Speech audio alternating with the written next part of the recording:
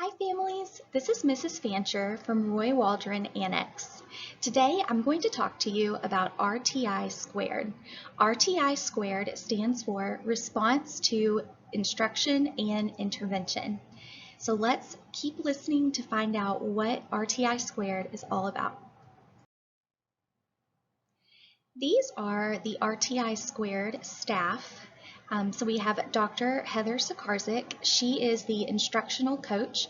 So she works with our teachers to ensure that they are serving your students the best that they can and that they have everything they need to be successful.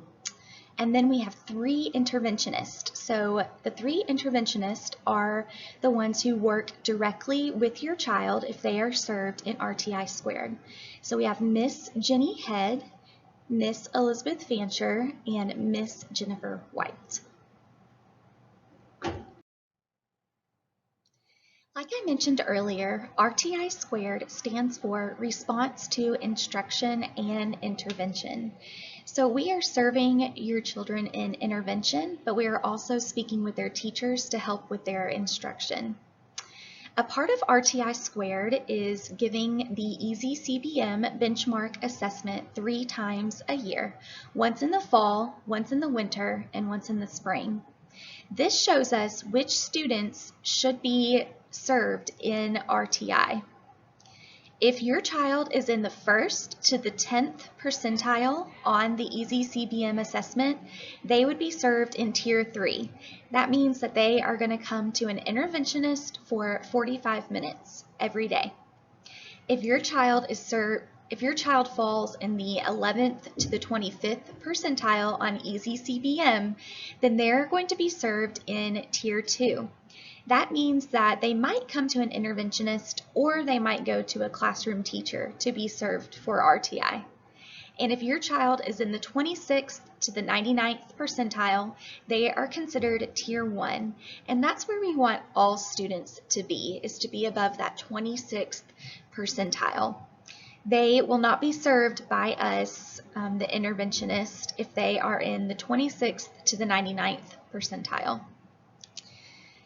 When we are trying to decide who will be served in RTI, we look at other forms of data to base our decisions. So we also consider their teachers' input, running records, other assessments and benchmarks they've been given throughout the year, and then also Easy CBM. But we don't look at just one form of data in order to make that choice. And at Tier 2 and Tier 3 students will receive 30 to 45 minutes daily with an interventionist or with a classroom teacher.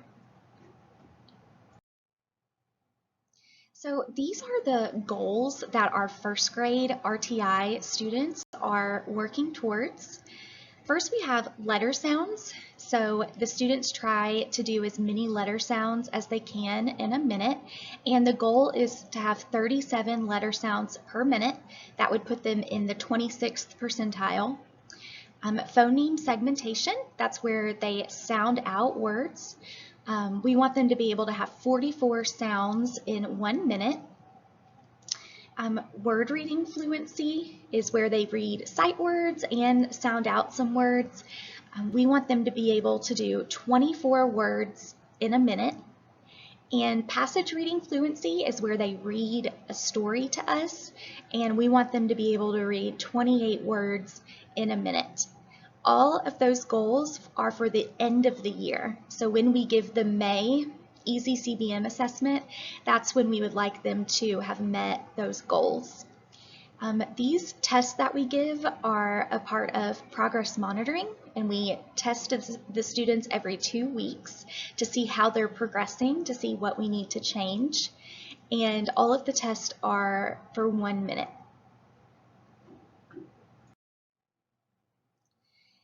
These are the goals for our RTI students in kindergarten. So the tests are very similar to the 1st grade test. The only change in this one is that one of the tests is letter names, and the end of the year goals are different. So the first test is letter names. So they just name letters for us, and the goal is for them to get 38 letters in a minute. The next test is letter sounds, where they do as many letter sounds as they can in a minute. We want them to get 27 sounds. Phoneme segmentation is where they sound out the words. We want them to get 29 sounds in a minute.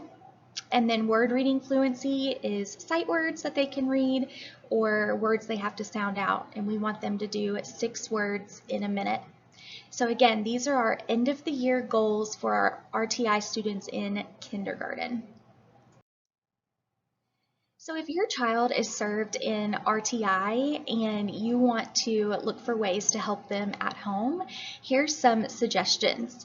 So for reading, the interventionist will send home books with your child for them to read so they can practice the skills that they're learning in intervention. So if you'll read those books 3 times with your child at home, sign it that you listen to them read and return the book back to school, that will be very beneficial for your student. We also would love for you to work on reading fluently. That just means that your child's not having to stop to sound out the words, and they are reading like how we speak. They don't sound robotic. And then also work on sight words. Sight words are words that should be memorized for easy recall. You can sound some of these words out, but we want students to know them automatically so they don't have to use their brain on sight words. We want them to use their brain on some of the trickier words.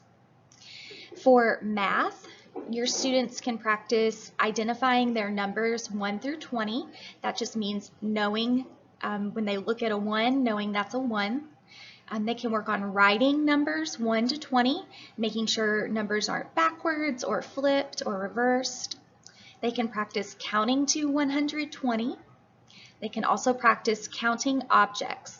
And that's called one-to-one correspondence, whenever your child can touch one object and know that that's only one. And that's very important in kindergarten and first grade. And they also can work on more and less, knowing which number is more, which number is less. You could do groups of objects, which group is more, which group is less. So these are just some ways that you can help your child at home. Thank you so much for listening. I hope that you learned something new about RTI Squared today. Our phone number is on the screen. If you have any questions or concerns, feel free to give us a call, or you can email us, or you can find all of us on Dojo as well. Thank you.